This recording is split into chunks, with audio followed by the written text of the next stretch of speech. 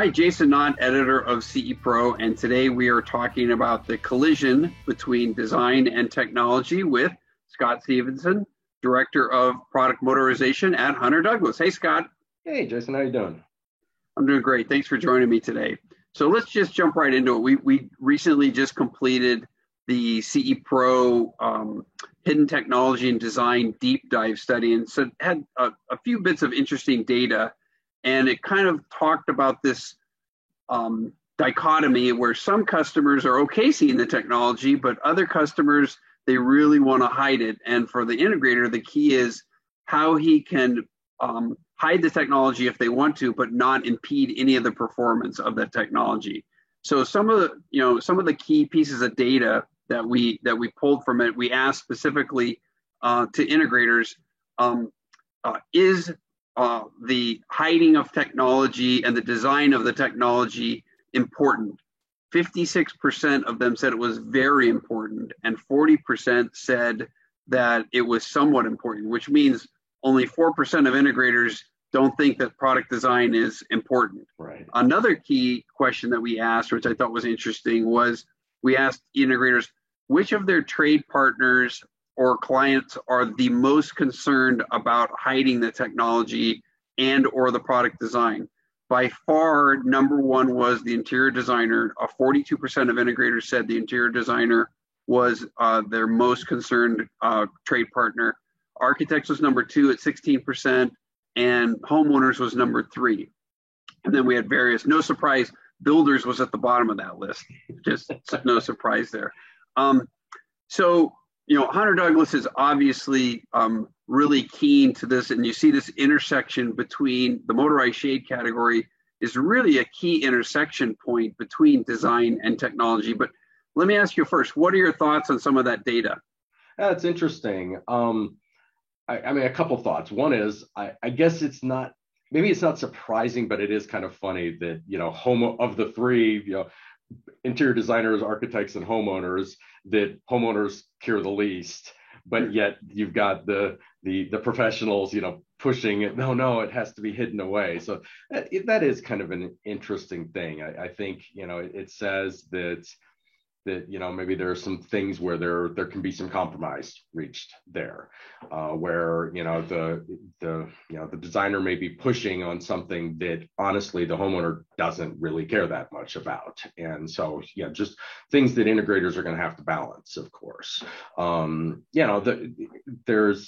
There are certain things that can be completely hidden, and certain things that just can't, and so how do you balance that as an integrator? And then I think as a manufacturer, I think one of the statistics that was interesting is, that leads to, from the fact that the design aspect is important, 96% combined say it's at least somewhat important, is, as an industry, I think we need to be thinking about better utilizing, really high quality industrial design to make it so that our products, when they do have to be out in the home environment, are, something that whether it's the interior designer or the homeowner is going to go, I don't mind that that's there because it's gorgeous, and I think there's a lot of opportunity as an industry for us to do more things like that.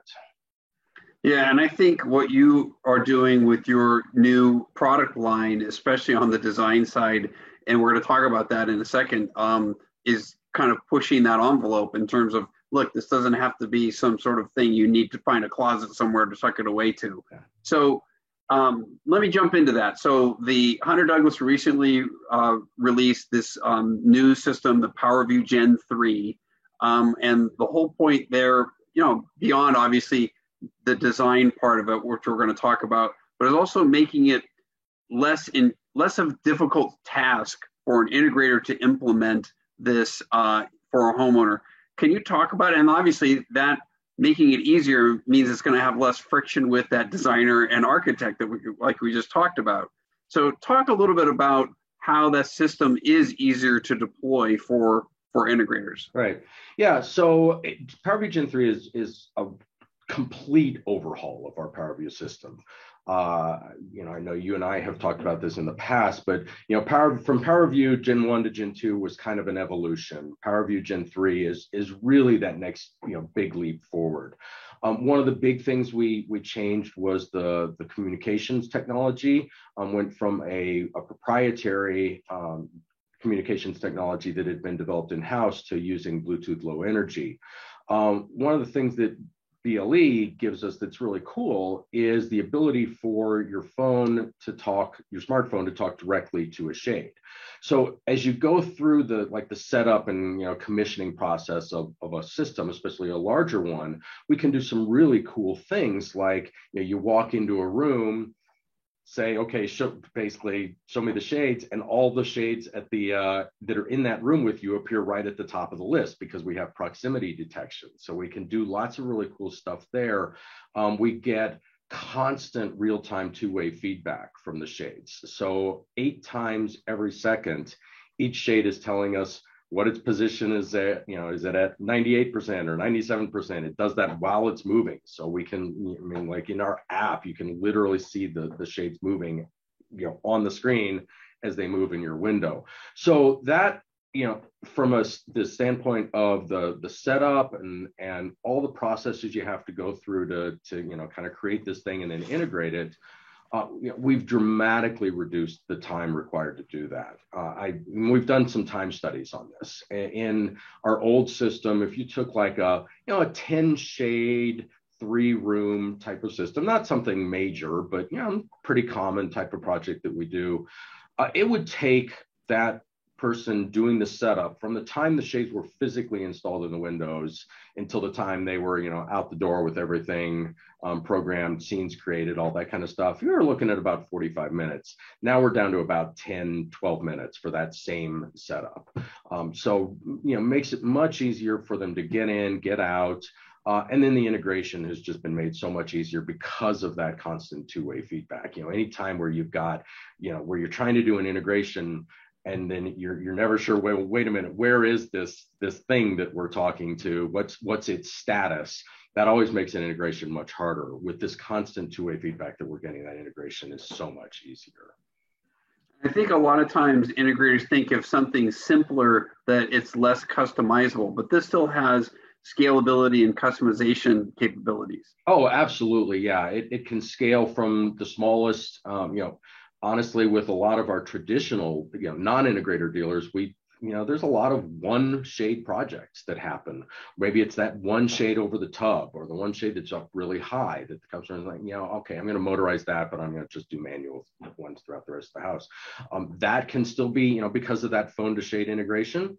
Hey, I can, pick up my phone. It can talk directly to the shade. I can create scenes. I can run an automation, all those kinds of things. And then it scales, much more so the other way as well, of course, scales up to the hundreds of shades types of projects, and we're already with Gen 3 starting to see some of those projects come in, and it's pretty cool. I mean,